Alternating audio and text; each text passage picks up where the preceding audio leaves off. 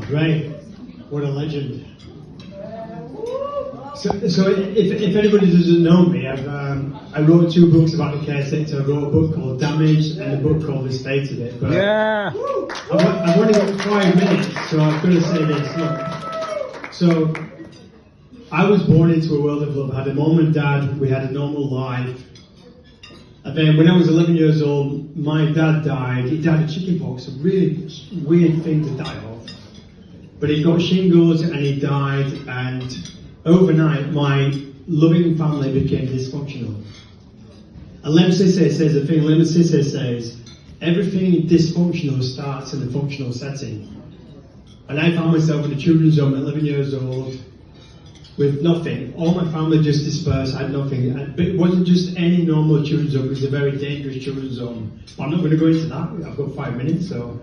But this story is important because at 11 I was in a children's home where we were abused, physically, mentally abused. I found myself homeless at 12. At 16 I was in a bedsit, I had nothing. Christmas Day at 16 years old, December 25th, 1996, I had a pot noodle on my own in a bedsit. And I said to myself, I said, this is the worst it could ever get. And I was so passionate about making a difference, but it wasn't that easy.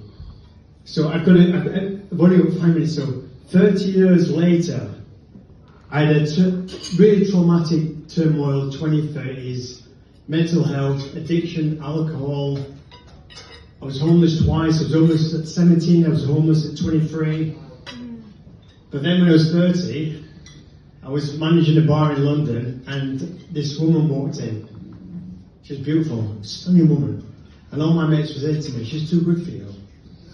And she walked up to the bar, and for some stupid reason, I spoke in an Irish accent. And I'm from Yorkshire, I can't speak English. And she came to the bar, and I was like, trying to impress her.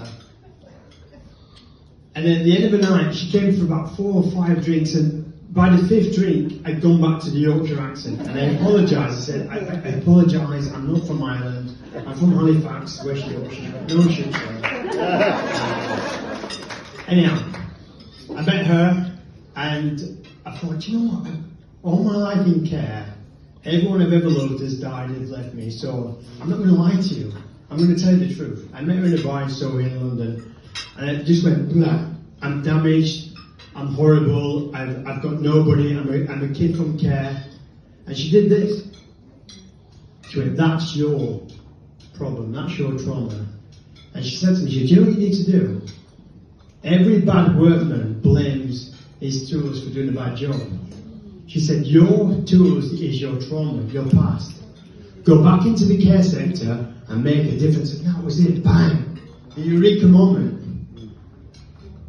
All I can think about is going back into the care sector as a professional to help other people like me. I was obsessed with that, and I did. I went back into the care sector 30 years later, only to find nothing had changed. Kids were still being abused, neglected, abandoned, and I thought, you know what, I can't stay quiet. I'm going to write a book. Yeah. And I said to my wife, we just bought a house, we just bought a house. My wife was pregnant, and I said, I'm gonna write a book. Now, I got sacked from Hertfordshire Council because I was writing about my experience. They sacked me. They took me to a tribunal, and they said, you can have your job back, but you have to sign a disclaimer saying you're not going to write about your experience right now. I'm going to write a book. My wife was pregnant, we had a mortgage. I was on the door, but she believed in me. I wrote a book called Damaged. It became a best-selling book. Yeah. And guess what? I sent it to all the directors. In the first bit of the book, I went, never judge a book by its cover. Anyway, moving on. It gave me a platform, it gave me a stage. But the most important thing about my first book, Damage, was when it got out there, when it was publicised, the amount of children who contacted me saying, Chris, I'm being abused, I'm in the care sector, I'm struggling. Your book gave me hope, it's given me courage, it's given me faith. And that's what the success was. I wrote a second book called The State of It, because I thought, I've got to keep going, I've got to give these kids a voice. I've only got a chair at the table when I got invited to join the Independent Care Review with Josh McAllister. And Josh said to me, Josh said, come and join the table. I said, Josh, I don't want to join the table, I want to make my own table. Yes. There's kids out there who are struggling, but you know what it is? I'm going to wrap up, but the most important thing about this is, I advocate for kids in care, I advocate for professionals. I know every day, I travel the country doing conferences, I've had a great career, I've been so successful, but it's not for me.